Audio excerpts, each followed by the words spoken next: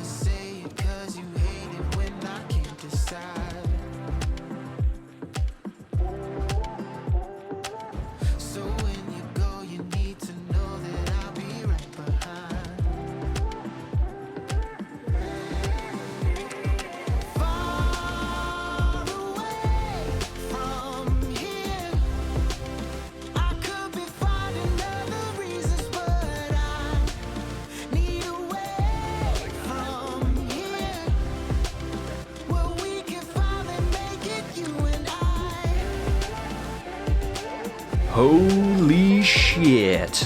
Whitehaven Beach is incredible.